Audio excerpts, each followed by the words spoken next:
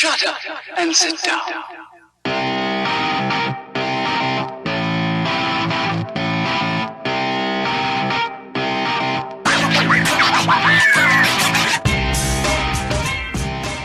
What's happening, guys? This is the Takeover Tuesday show. My name's Carlos Redlick, and I got my friend David Allen on the other side. How you doing, man? Excellent, Carlos. Good to hear from you again. Another edition of Takeover Tuesday, and today we have a special guest, Luke Smitherd, with a D. He is an author in the UK, and I stumbled across you, Luke, about a year and a half ago. I can't really remember exactly how I stumbled across you, but I think I actually punched in like best sci-fi fantasy novels or something probably into Google, which I am wont to do, and I came across your book, The Stone Man. So maybe start with talking about how you got into writing and how you became a self-published author and blah blah blah. Okay. Well, firstly, thank you for having me on the podcast, guys. Much appreciated. No problem. Well, basically, I'll try and give you the quick version, and tell me if I'm talking too fast, because I talk pretty quickly for English people. So for our transatlantic cousins, I have to, the accent guessing. But I was at a wedding. This would have been about probably 2009, and I was just having a chat with a chap, and he was there, and it turned out he was an author, same age as me. And he'd just got a 2-book deal, and I said, "Oh, how did you do it?" Because I'd written a book years ago and tried to get it published and never got anywhere with it. And I said, "Oh, so how did you get published? Did you know somebody, on the inside or whatever?" And he said, "No, I just plugged away and got on with it." And I thought to myself, right, well, I don't have an excuse. That guy's, he's done it. So I went away and wrote my first novel. Well, my second novel, I guess, but my first sort of one that I'd really decided I'm really going for it this time. And that was called The Physics of the Dead. And I was halfway through writing it, and then I discovered that you could publish straight onto the Kindle store.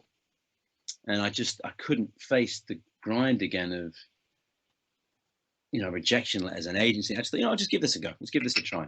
And that was the first book, and that was ticking away, and it wasn't doing very much, but it was okay. And then I wrote my second book, which was the aforementioned The Stone Man. And then suddenly I've been promoting it, and then suddenly it started to just pick up some steam in the UK. And after that, the rest is pretty much history. And that was, put it this way, it's hard to sort of categorize, because it's never been a mega hit.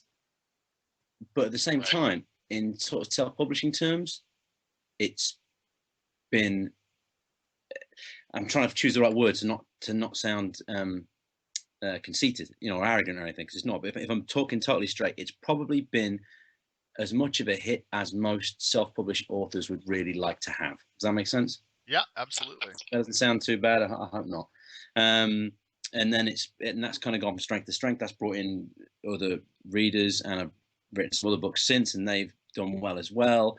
And then last year, The Stone Man was shortlisted in the final 12 against names like Stephen King and J.K. Rowling for Audible UK's Book of the Year, because the audio book came out last year, and that's all been it's exciting. It's an exciting time, and I hope that wasn't really long-winded and boring, because it went on for a long time. Sorry. No, I've been following you ever since I read The Stone Man, and it came as sort of out of the blue to me, because I was like, what is this book? And then I read the description. I remember this very distinctly, that I read the description of sort of like the sort of basic plot element that starts the book.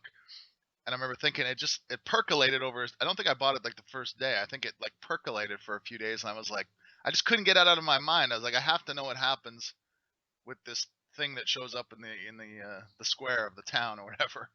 I was like, man, I just got to know what this is. So I went back. I said, what is that book again? I found it, and I read it like in one sitting. And I was just like, man, what else has this guy written? And I found out sort of your story, that you were a self-published author, and I think I read some of your backstory and whatnot. And I've been following you ever since, with your social media and stuff. And Thank you very much. It seems like when you got nominated for like you just said, for the audio book of the year, alongside some of those big heavyweights, Yeah. That must have been a real honor. That was very, very exciting. Really exciting, and I didn't win. But J.K. Rowling won, but it was a public vote. So and the Harry Potter books are, some people love them, some people hate them. And I think they're very good books. Probably the audiobook version, I haven't heard it, but I can assume it probably deserved to win. But it's funny you say about that thing of like, I have to know what's going on. That's very much what I write. People say, what do you write? And I kind of have to say science fiction, because that's the category that people would know that it fits. But if you say science fiction, people think spaceships and ray guns, and that's not what I write. I always say to people, did you ever used to watch Lost, or have you ever seen like Inception, that kind of thing? It's kind of science fiction ideas, but it's with that thing that Lost used to do, before it all kind of fell to pieces, which was what's going on here, what's coming next, what's behind this, and that's what I like to read, and that's what I like to watch. So that's therefore, if I enjoy that as a reader or viewer, that's what I like to write for people like me. If that makes any kind of sense. Now, did you, when you first started to write your, you wrote that first novel that didn't go anywhere, and then you came back and wrote this one which you intended to publish then on Kindle. Did you develop writing habits at that point, or did that come afterwards? Writing habits in what way do you mean? Do you mean ways of doing it? Yeah, do you have regular writing habits? Like, are you one of these people who writes? Because Carlos and I are copywriters. We write sales messages, and we've had all sorts of people on this show, of course, who also are copywriters and business people and stuff, who've written materials, and a lot of them have habits, like they have a daily writing habit, or they sit down and force themselves to write. A very famous copywriter used to set a little egg timer for 33 minutes. To make sure, and he would just sit there and begin writing out of sheer boredom almost. What, if anything, because I'm now I say to people, if what I do on a daily basis with regards to my, in quotes, career, on a daily basis, or let's say on a weekly basis, about 10% of it is writing. The other 90 is hustling. It's promoting, it's editing, it's tweaking, it's creating, it's responding to emails, it's asking people nicely if they've sent me an email saying, well, look, if you enjoy this book, because it's all about getting those reviews up on Amazon, getting your review numbers up on Amazon. That's what got the Stoneman over, because never underestimate the power of review numbers on Amazon. So if someone sends me an email and says, I really enjoyed this book, I say, hey, I'm really glad you enjoyed it. Thank you. I'll tell you what, if you put a review up for that, I'll send you a free copy of one of my other novels if you promise to leave a review for that too. Yeah, great. So then they go away, they'll leave a review for that, and then they'll come back, hopefully, if they like you, if they've enjoyed your stuff, and say, I really enjoyed the other book. Well, okay, I'll send you another free one. And then what you've got by that point is somebody who you've not only, because one of the best parts of the job is meeting and chatting with readers and getting their feedback. It's brilliant. But also you've then got someone who's more likely to be an advocate for you and spread the word. And it's that constant, what's the word? Just grinding. I don't like to use the word grinding, because the side of it I really enjoy is talking with people. But right. it's getting on the case. It's hustling, that kind of thing. But in terms of actual writing time, what I try to do is, because I'm a procrastinator, I'm a massive procrastinator, and what I found is if I use you've probably heard of this then, the Pomodoro technique. You know this? Right. Yeah. You know that? Absolutely. For those of you that don't know, listeners that don't know, it's 20 to 25 minutes, and then you take a break for 5, and then 20 minutes. You're just breaking it down. But what I found is, if I say to myself, right, I'm going to write for 20 minutes, I can do that. 9 times out of 10, I'll then do an hour. Right. Because I'm telling myself when I start, I'm only going to do 20 minutes and then take a break. That helps me get started, which is the most important part. And then if I've got a flow going, I'll then do an hour. Right. It's that initial inertia that you have trouble getting going. Yeah. Let me tell you, the biggest enemy in my life is inertia, and fighting against inertia all the time, because it's so. I used to do, as you probably know, like knowing what I've been up to and stuff. I used to do music for a living, And at the start, I was doing that and writing, and then over time, I just do the writing now, because I mean the music stuff was fine, but it was all just kind of wasn't doing original material. It was just kind of covers gigs, and it was all kind of solo work, and it was fine. And you know, sometimes the gigs would be a lot of fun, but the setting up speakers and packing down and driving 4 hours, and you know, being able to leave that behind was pretty cool. But therefore now, when your day job is your how do I put it? If I want to get to a point where I'm reaching this many people and could do all these various bits and bobs, the only person that is going to make that happen is me. And if I wake up and go, well, there's nothing to stop me sitting at home and scratching my nuts all day, you know. Right. And it's it's easy to be. It's amazing how some days I'll do nothing but stress all day about, like, right, I've got to get something done, I've got to get work done, I've got to get work done, and then I got to, you know, go to bed at 2 a.m, get up at maybe, I tend to go to sleep around 1, 2 a.m, get up maybe 8:39, and then stress all day about, I've got to do this, got to do this, got to get this cover done, I've got to respond to these emails, got to speak to this promotional people, blah blah blah blah blah blah blah blah blah blah, got to get some writing done today, and I'll be trying to do 20 things at once, stress all day, and it gets to the end of the day, and I've got nothing done. But I've not done anything fun either. I've not sat and watched TV. I've not watched a movie. I've not played on the Xbox, whatever. I've not done any of these things. But yet I've not achieved anything either. And then other days I'll be a machine. I'll get up, bam, bam, bam, bam, bam, bam, bam, getting everything done. Blast out 5,000 words. Really feel happy with. Get a load of that. You know, it's just constant ups and downs on the writing habit side. Well, I can totally understand that, because I do that when I write copy. I mean, I force myself sort of to sit down and do, and I'm familiar with that. I have a timer, a Pomodoro timer I set. And what about you, Carlos? How do you go about writing your stuff? Do you sit down and do the same thing? Yeah, I mean, I was able to relate to like what you were saying, because you've got a lot of stuff going on, You've got so much stuff on your plate that, you know, how do you find time to write? And just like what he was saying, I mean, we have to try to find time to write our sales letters. Now, they're just nowhere near as long as your books. You know what I'm saying? So, but we'll write, let's say, you know, a 5 or 10 page letter or whatever it is, and you just kind of have to sit down, go through, and you got to make sure everything's right. But you've also got to find a way to promote yourself. We're doing podcasts, we're doing a bunch of other stuff online. So, and we're Yeah. always running around. So it's totally, I mean, what do you do? Is there like, and maybe you said it, I know you have a timer and everything. What do you do like when you wake up? Do you have a set routine I just or missed the anything end of the like that question that just there, but kind what do I of do? What, just sorry? kind of gets you going? Yeah, he's asking if you have a set schedule when you wake up. Do you have a daily morning routine? Well, Luke? I actually, you know something. Here's something you might find interesting. I don't, because I travel around a lot. And it's something I'm looking at next year, trying to be in one place for any particular period of time, see if that helps, which I'm sure it will. But I did an experiment a couple of months ago where I timed. I made a note of everything I did from when I got up to when I went to bed. And because what I found kept happening was, say, for example, I had a day where I was, you know, finished eating breakfast or whatever by 9:30, and at 7 o'clock that night, I was going to meet somebody or something, okay?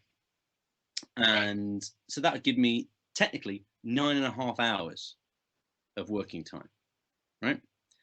And what I'd find is I'd get to the end of that day and I'd looked at what I managed to do, and I'm like, how has that taken 9.5 hours?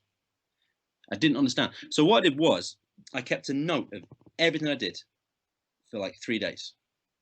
And, you know, if I, you know, so say, for example, I had a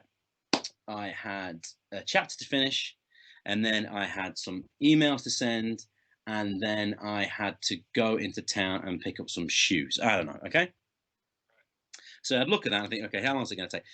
And then, but if in between, say I made a phone call for 10 minutes, or I actually wrote down from the moment I finished, I clicked save on the chapter I've been writing, and then the moment I started doing emails, I write down the amount of time in between those two things. So because what you've realized you don't do, you might have saved that chapter, and you might go to the bathroom for a piss, check your phone, and all of a sudden finishing writing a chapter to writing emails, there's been a 12-minute gap. You know, and anyway, long boring story short, what I found at the end of those 3 days is if I had a potential, and this was consistent over the 3 days, if I had, no matter what the period of time was, if I had, say, 10 hours to do work, in that time, you'd only get 7 or 8 hours done. The rule I found was if the amount of time available in a day to work is there, you will only actually work for 70 to, or I will only actually work to 70 to 80% of the time available. And the rest of it, you're not even goofing off. It's just, say, the amount of time it'll take you to move from one room to the other, or go to the car, or put your jacket on, or whatever. And that all added up. And that 70 to 80% of the time available rule, I've sort of kept that in mind ever since, and it's been totally consistent. Nice. Yeah. So, you know, That's pretty good.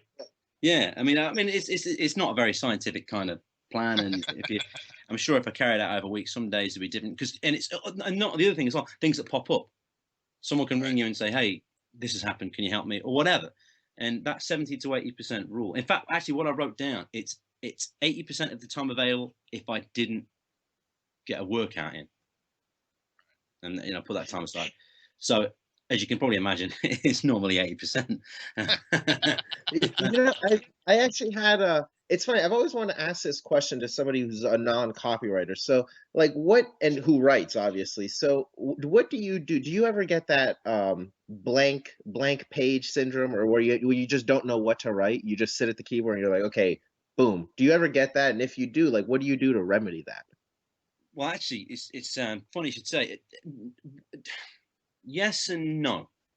No, because I never start writing a story until I've plotted it out and got a rough plot. And so no in that regard. But yes, in so much as I'll be thinking like, okay, I know in this scene the character has to, you know, go, you know, in one of my books, it's usually something like, you know, the character has to go and realize he's a copy of an alternate version of himself and has to kill his own mother, you know. But you know, but it's when I'll get the kind of, not so much a blank page, but a reluctance to start. And I've been trying to figure out why. I'm trying to figure it out. And I bought a book called what was it called? I think it was called something like 10,000 Words a Day, and it had 3 really, really, really great tips in it. And one of which was, if you're finding yourself reluctant to write a scene, it's probably because it's not very good. Because it's probably because if you're like, oh, I was going to write, it's going to be boring.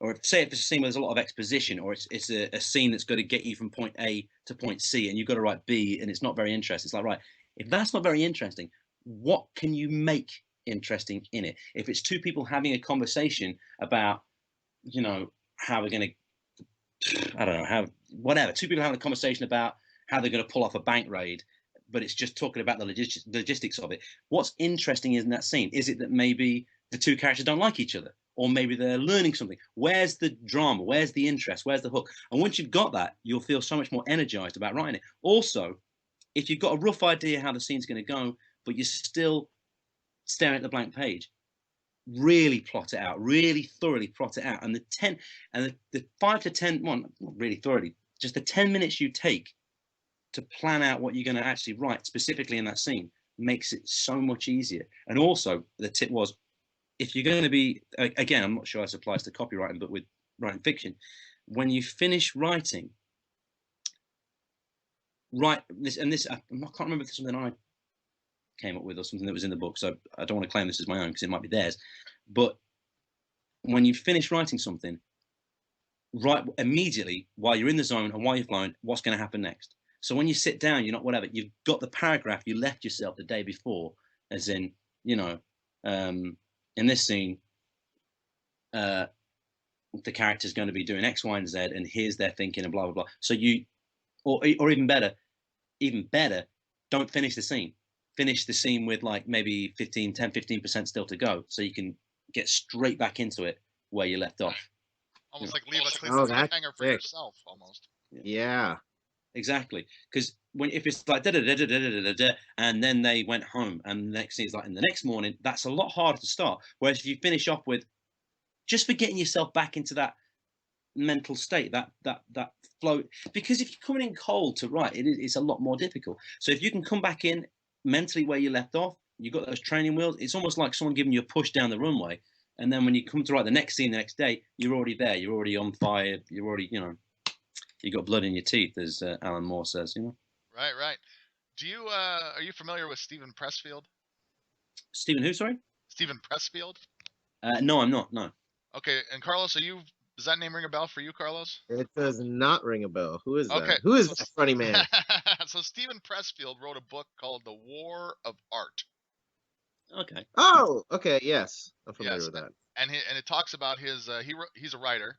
He wrote The Legend of Bagger Vance, and then which got turned into a Will Smith movie, and then he's written a ton of stuff since then. But he talks about in his War of Art, and then subsequent books about the art of writing and the skill of writing and the career of writing. He talks about procrastination, and the War of Art is all about overcoming that procrastination, which he gives a name. He calls it the resistance, basically. I'm looking this up already. I'm just sending myself. Yeah, you'll love it. What I'm wondering is if you're talking about plotting out your book and stuff. He has this method he calls the foolscap method, where he takes one piece of foolscap and he writes sort of the outline for the whole book on that piece of paper. Yeah. I do that. Yeah. Yeah, and then he knows where to go, basically. Yeah. Beginning, middle, and end. Oh yeah, I mean, I'd be terrified, because not only that, I find that in the process of doing that, you find where you trip yourself up, especially if you're writing kind of science fiction, or, well, really what I write is speculative fiction, but it's not a term a lot of people are familiar with. Like speculative fiction, as the name suggests, is like what if fiction, but it's realism. So example with The Stone Man, what if this strange figure just appeared in the middle of a town square and just started walking in a straight line and nothing could stop it and nobody knew where it came from? What would happen? And that's the idea behind, is that what would happen in the real world. But anyway, But especially with that, if you're going to be writing that kind of stuff, science fiction, speculative fiction by its nature has a lot of internal rules, and one thing I can't stand in films and or books is when they don't stick to their own rules to make the story move forward. You establish this fantastical character can do this, but can't do this, and this character, and then later on they can do the thing that you've specifically said they can't do. Oh, why is it? Oh, well, they just can't. You've got to explain these things away. And when you create these plots and these overviews, what comes up is, oh, hang on a second, these stumbling blocks where you're going to contradict yourself.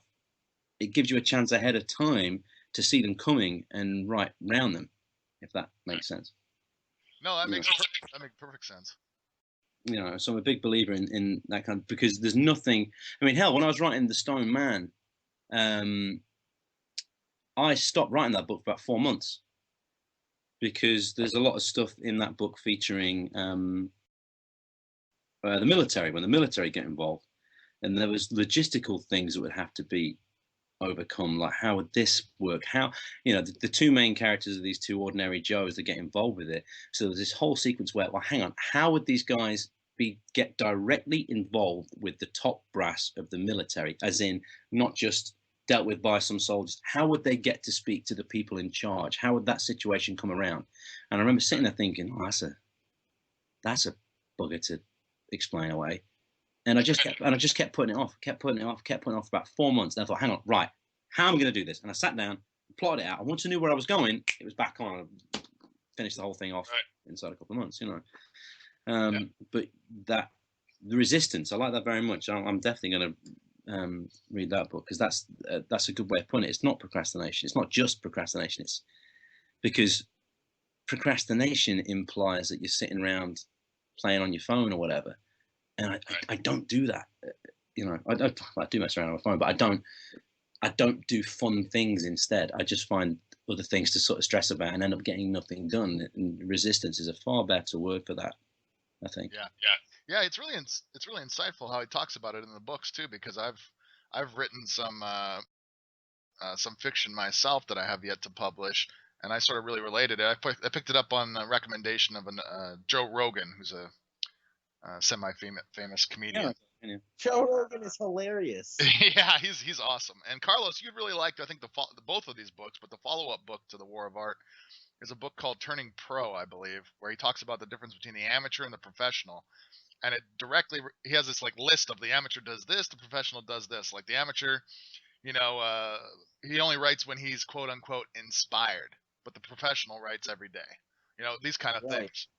And it's Right. really puts it in a very blank, bold, like, do the fucking work, basically. Right. So it's a message, you know. Yeah. No, I can relate to that, but thing is, I get a lot of people who are, you know, copywriters like yourself, and they all say the same thing. Oh well, I've written a book, but I never got it published. It makes me want to bang my head against the wall because I think you got Amazon, the KDP, Kindle Direct Publishing, is it's free. You don't, you know what I mean? You can get your work out there. You got to remember my first book, the physics. Well, I wrote a book when I was at university and tried to get it published, didn't get anywhere with it. And I wrote my first book since then, The Physics of the Dead, got it published to the Kindle store, and that was in 2011. Okay, so I think mid 2011. So that was like, you know, nearly getting towards 6 years ago. And I wrote The Stone Man maybe a year after that.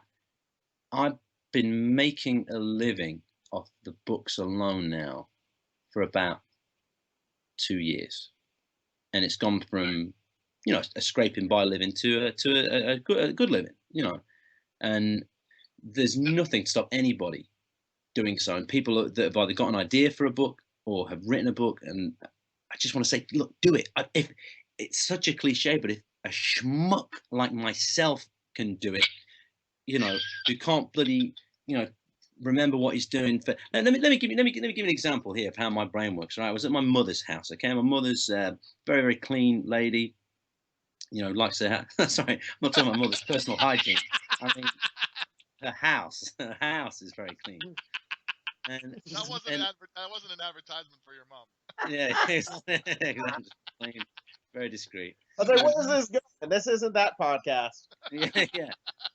So I'm at her house, right? And I'm in the downstairs toilet, downstairs bathroom, as you would say, and then I'm having a piss, and just before I've walked in, and I've put a glass down on the windowsill in the bathroom, and I think to myself, don't leave that there because that's just going to piss her off. She doesn't like things like empty glasses being left lying around. That pissed me off.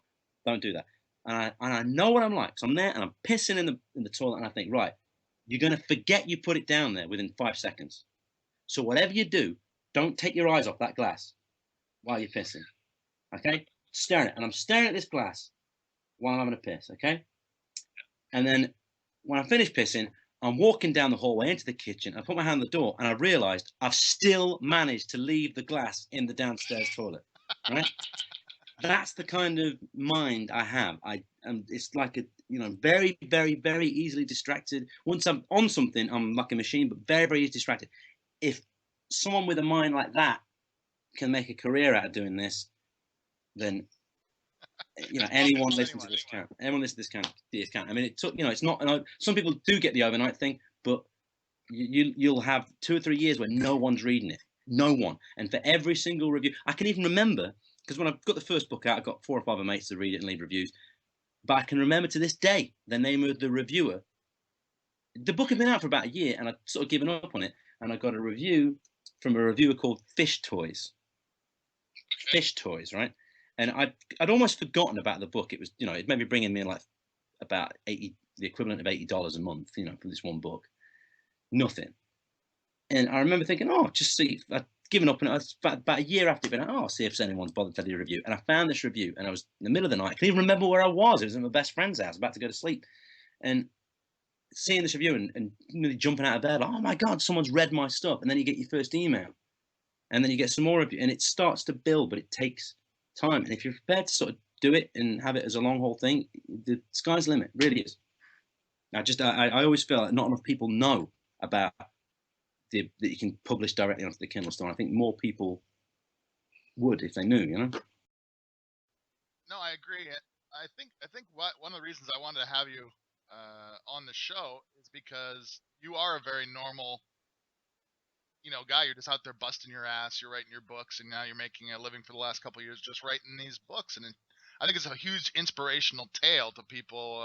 You know, even like myself. Like I said, I have a couple books I've written and have yet to publish, and then now I'm going to use this as like an impetus, a kick in the ass to get that done. Yeah, please do. I mean, the thing, and one thing is that if I could go back and tell me, I mean, it's little things like I wrote the book and I gave it a redraft and then I gave it a proofread and I made the cover myself and then I published it.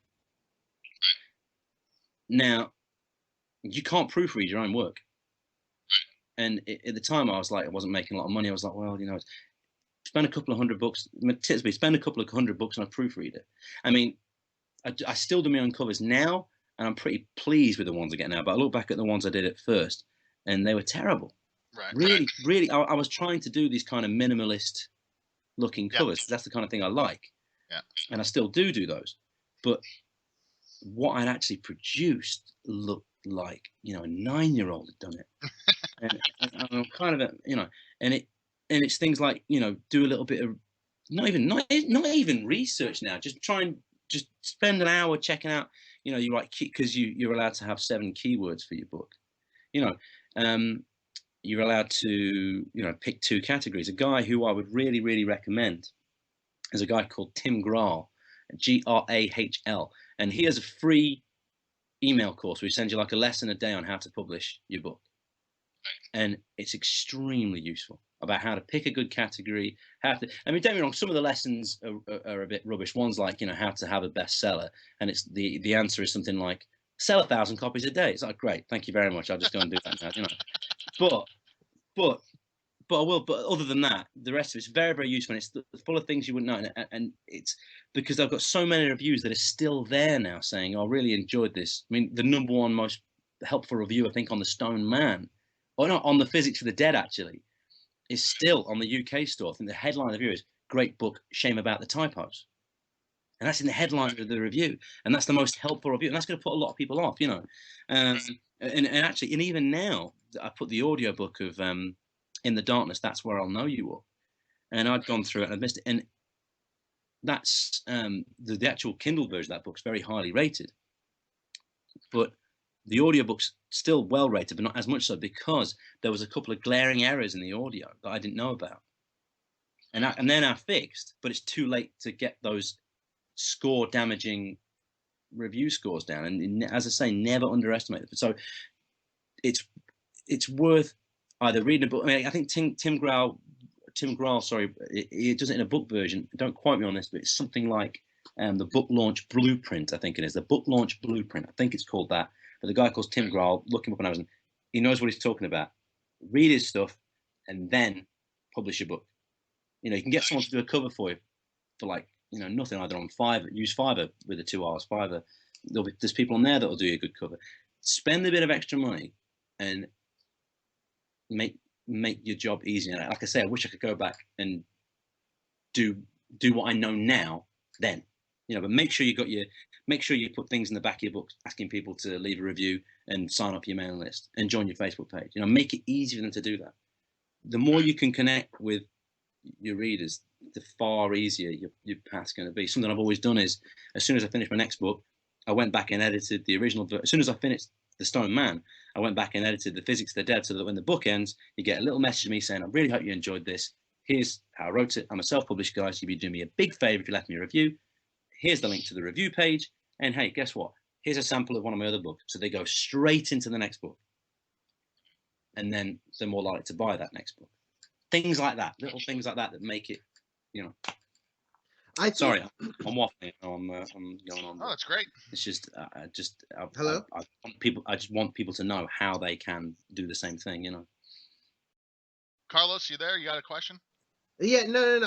You know what? It pops in and out for some reason. My phone, I got to just get a new one. But I think it was really cool what you said about connecting with people on social media, because it's one of the things that I know I've had success from. I know David's got success from, is connecting with them. I mean, as soon as somebody even shares anything of mine I'll just say, I'll go right to their page and say, hey, thanks so much for sharing. I really appreciate that. And generally, I'll just send them a video message, just to their private chat. Nothing dirty, of course.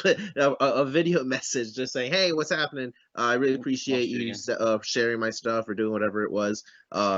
Keep kicking ass. I'll talk to you later. And that's it. And that right there is just really helped build a solid kind of fan base behind us.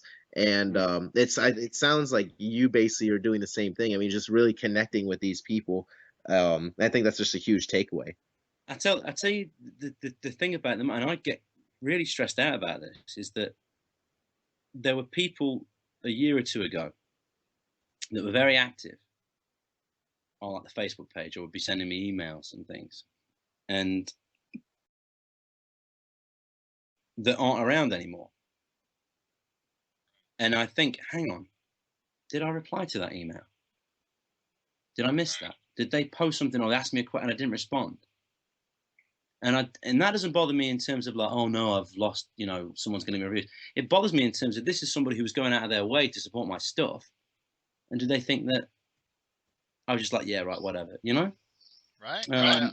And that, but and as a result, I worry a lot. In my phone now, and this is a good thing to have. It's a good problem to have. But I'll get emails from readers, and I think, right, I'm going to reply to that, and I'll mark it as unread, and I'll leave it. And then slowly but surely, if I don't get around to it, sometimes those emails are just, I don't know why this happens, but they get kind of pushed out of my phone when they shouldn't be. And I've emailed people back and I said, hang on, did you send me an email? Did I reply to it? And they said, no, actually you didn't. And I worry about how many people that I might have inadvertently pissed off that were previously, really kind enough to back me up and spread the word. It's kind of and in an ideal world, the number of people I have to respond to is only going to increase as hopefully my career furthers. And it's like, if it gets to the point where I don't want to have to farm that out to somebody else, because that's lousy, not giving the personal response. But there's only so many hours in the day as well. That might sound sort of arrogant and ungrateful. And believe me, I'm not at the point where I'm like, oh my God, I've got so many emails to reply to.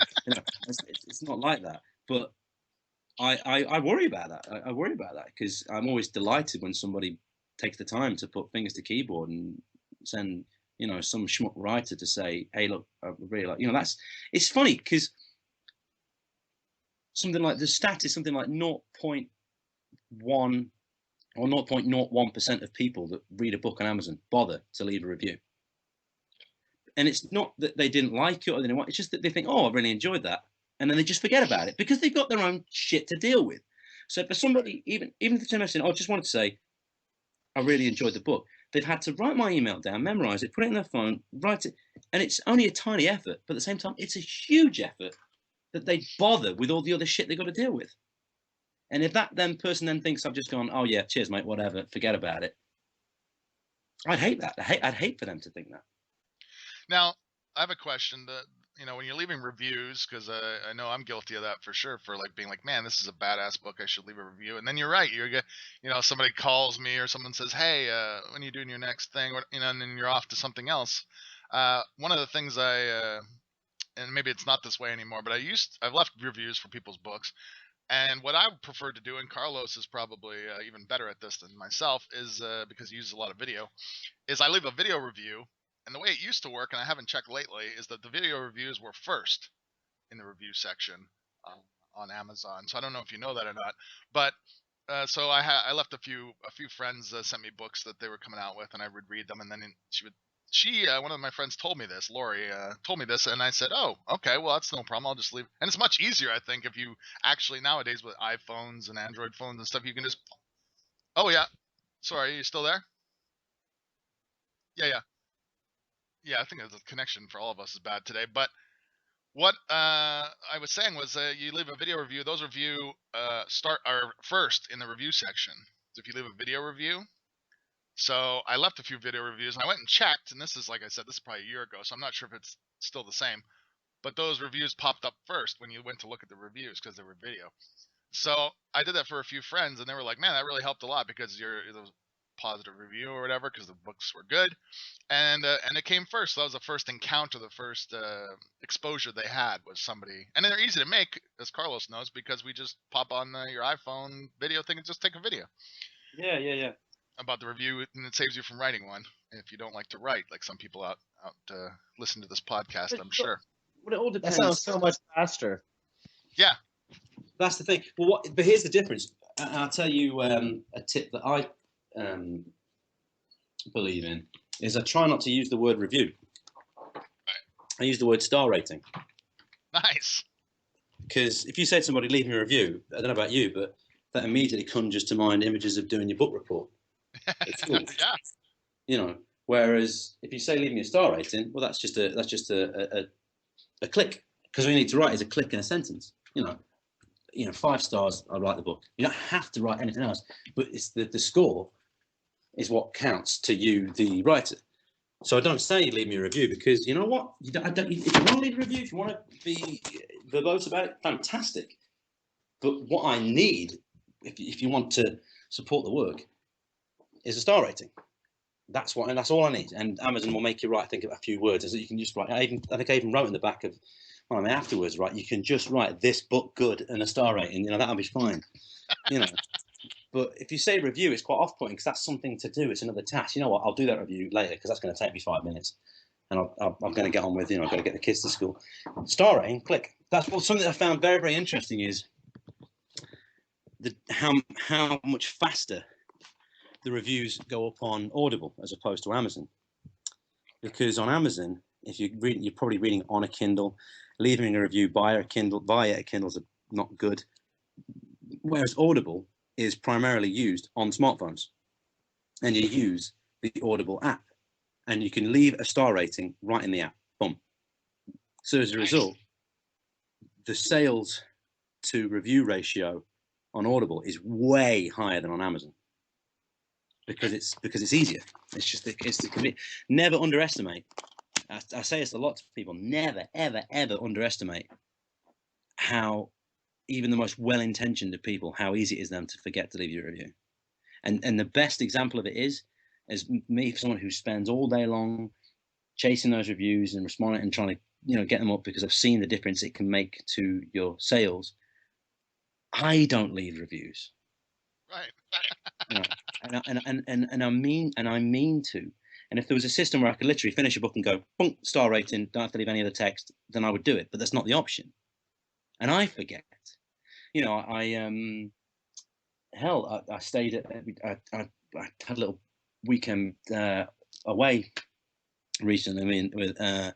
And we rented this cabin, and it was fantastic. The guy had met us in the middle of nowhere. He really kind of come out, and he was a great host. And as we were leaving, he said, "Oh, did you enjoy it?" I said, "Yeah, a really fantastic place." Well, look, we're quite new on this site. Would you make sure to leave us a review? And I said, "You know what? I will." He said, "Because we haven't got any reviews yet." And I thought, right, well, in this case, I've definitely got to do it because they haven't got any reviews. They're trying to get this thing going. I need to, help them out. And I didn't do it for 2 months. I kept forgetting. And then one day I was like, right, I am going to do it. And it's only because the other person I was with said to me, I've done my review. Have you done yours? I was like, oh, shit, no, I must do it. It's so easy to forget. And I'm someone who knows how important they are. Right. So that shows you how much inertia you have to overcome to leave a review. Inertia, resistance.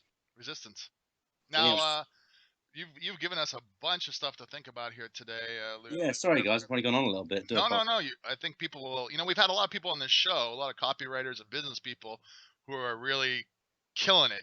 They've made hundreds of millions of dollars for people and stuff. And I think you're more of this is not a knockdown or something, but you're more of the everyman. I think that the average person. Oh, you still there? Okay, yeah, that's all right. Yeah, the average person can relate to. Well, yeah, I think that's what it is because I'll leave you with this thought. This is the best example I can give. When you publish through KDP on Amazon, you get like a monthly newsletter from Amazon, which is it varies. Some months is very interesting because they tell you about features that are actually pretty useful to you as an author. But what they'll also have is like an interview every month with like the author of the month, And every time it's the same story. I'd be like, well, you know, I was doing this and that, and I released this book, and by the end of the week, I'd sold 10,000 copies, and da da da da. And I'm like, I don't find this inspiring. This just pisses me off, you know, because I didn't sell 10,000 copies by the end of week one. To grind it out, and you know, it's taken, as I say, it's taken me nigh on 6 years to get there, and now it's at the point where, you know, without going into too much detail, some very exciting things are starting to happen, and to get the recognition of things like being nominated for Audio Book of the Year, it took 6. Stone Man was released in 2012. Right. 2012, you know, and the audiobook version came out this year, and you know, so this is the, you know, so I think, I don't know, I put it, and I'm not meaning this to big myself up in any way at all, although I am aware that's about the 3rd time I've said something like that in this interview. But I've, you know, but I would, as a writer, or somebody trying to break through as a writer, or as a, you know, a novelist or whatever, I'd rather hear from somebody like me, who wasn't an overnight success and had to sort of grind it out and has chased it and pursued it, and it's paid off after 5 or 6 years, than someone's like, yeah, I released the book and it sold 10,000 copies. Because people hear that and they go, okay, great, I'm going to do that. And then when it doesn't sell 10,000 copies in a week, they're like, well, now what the hell do I do? Right. The best example, actually, and I will leave you with this, sorry. No, it's great. You heard of the Wool books, you know, Hugh Yep. Howey? Hugh Howey. You heard of those? Yep, absolutely. Oh, you're still there? Yeah, okay, I cut out for a sec. There you go. Yeah. Yeah, have you heard of the Hugh Howey, Wool, yeah. Yeah, you heard of that? Well, obviously, huge self-publishing success, and being made into films and into a series of films and all sorts. So I sent Hugh Howey, I sent him an email, and this is back when I just had the Physics of the Dead and the Stone Man out, and I sent him an email and I said, look, I said, hi Hugh, I said, I hope you get this, you know, because I read in an interview that he, like, each morning the first thing he does is his Facebook and emails. I thought, oh, okay, so maybe he'll see it. So I sent this email. I said, hi Hugh, I've got 2 books out, and this is how many reviews they got, and this is how much sort of money I make, and not like, oh, this is how much money I make, but I mean as in, this is where I am. This is what the point at which I'm at. You know, it's not great. I can't make a living off it, but I just wanted to know what you think the key thing you did was to making Wool such a smash hit. You know, what do you think it was? And he sent me an email back. He sent me a really nice, very, very encouraging email back. And what was quite cool was, I was doing crap at the time, but he said, look, first and foremost, you're doing better than I was at this stage, so you know, keep at it. And that was very, very encouraging, because I'm thinking this must be lousy compared to everybody else. And he said, no, it's pretty good. But he said, I get asked a lot why Wool was a hit, and he said, to be perfectly honest, he said, I don't know.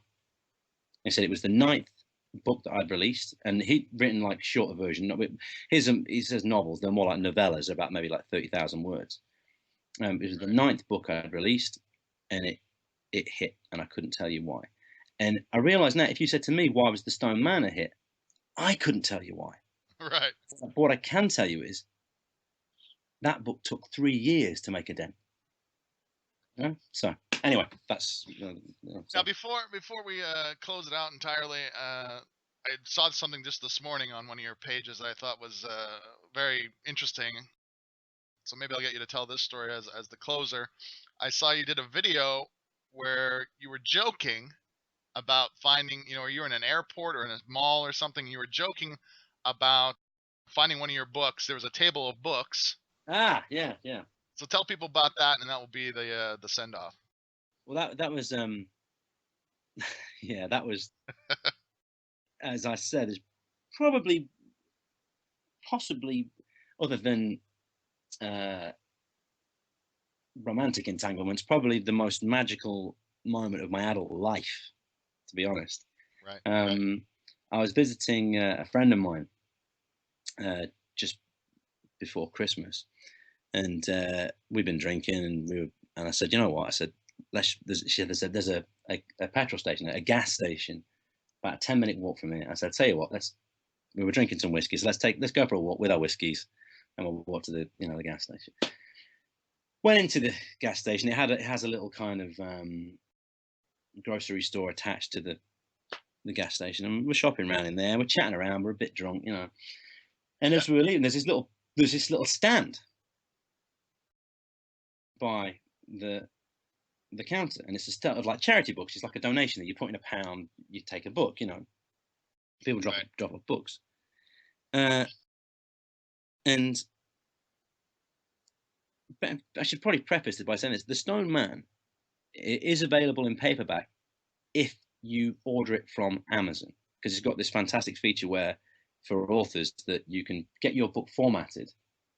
If somebody orders a paperback version of your book, until they click on the buy the book button, that book doesn't exist. So it's like an a la carte thing. Yeah, it's print on demand. Basically, they'll print it, bind it, and it gets there in about 3 days. The same amount. It's an amazing system. Create Space, it's called. If anyone's interested in looking at it, I couldn't believe it when I saw it, but it's great. Again, it costs you nothing. It's just you can set it up. So, The Stone Man isn't a book that someone can walk into a bookshop and buy off a shelf. The only way anyone's got a paperback copy of that book is if they've ordered it from Amazon specifically, which still blows my mind that people would buy a paperback book by an unknown author. Just, you know, so probably in existence in the world, there's probably only about maybe something like 1,000 paperback copies. You know, because obviously I sell a lot less paperback copies. So we're in this gas and mess about, buy some, you know, some junk food. We're walking out the door and we walk past the thing, and Claire says, "Hey, you should put one of your books on there, see if someone picks it up." And I'm walking out the shop, and I'm laughing. I said, "Yeah, I should." And I look at the table, and this is what made it so surreal, was that in my head I imagined a book being on the table, one of my books, you know. And I turn and I look, and I've got one foot out the door, and I stop. I'm like, I said to Claire, "Hang on, there's one there." And she goes, she was like, yeah. And I said, no, Claire, look, there's one there. And I'm looking, and I can see the spine of the Stone Man book on the table. And she was like, "You're joking?" I'm like, "No, it's really there." And we were just, it was bizarre. What made it so bizarre was, like I say, it was that she'd made the joke. If I'd have thought it and looked, it would have been cool. But the fact that someone else said it, and I looked, and it was fucking there. And it was like, you know, the spine was kind of coming up. Someone had left it. And I was like, so I wrote a little message in the front, and I'm there drunk. I'm trying to explain to the woman behind the counter. She's like, you know, she's from Poland. And I'm like, "This is my book. I wrote this." And she was like, And she even looked to me like, yeah, right. So I'm there, I'm getting the Amazon page up, and I'm showing the author photo. Like, "No, this is me. Look, this is my book. This is me." And she was like, you know, and even when I proved it, she was, but that was definitely a moment of like, you know, people actually are reading this shit. You know, that was a real watershed moment for me. Awesome. And that is a great way to end this podcast. I think we lost Carlos. Carlos, are you still there? He is not. I'm here. Oh, you're there? I'm here. It keeps going in and out, so I just decided to shut up. Okay. Well, I just want to thank. So get that man a new phone. Yeah, get the man. He's gonna get himself a new phone. He makes enough money. God damn it. Hey, thanks for having me on, guys. It's been a pleasure. Yeah, it's been a real great pleasure having you on there, having read many of your books now. I'll be leaving some reviews. Yeah, get the goddamn reviews on. And I'll be publishing my own books shortly too, hopefully. Yeah, exactly. Just, you know, do it. You know, just 5 stars. That'll do. Great. Nothing hypnotic in that sentence at all. That's awesome. That's awesome. Thanks a lot. Well, thank you very much. I hope it's been interesting. Yeah, absolutely. Carlos, you have anything to say? Any closing? Well, yeah. What I would say, if anybody listened to this, I thought, "Oh, I'll give it a go." I tell people not to start with The Stone Man, purely because some people think it's got a bit of a slower start. I don't, but some people do. If you want one of my books that starts with a bang and it's straight away, and it's I mentioned it earlier, it's one of my higher rated ones. It's called In the Darkness, That's Where I'll Know You. It's called In the Darkness, That's Where I'll Know You. It's by me, Luke Smitherd, Smitherd. Check it out on Amazon, and you can find me on Facebook under Luke Smitherd Book Stuff, or drop me an email via lukesmitherd.com. Awesome. Thanks a lot, guys. Really appreciate it. Take care.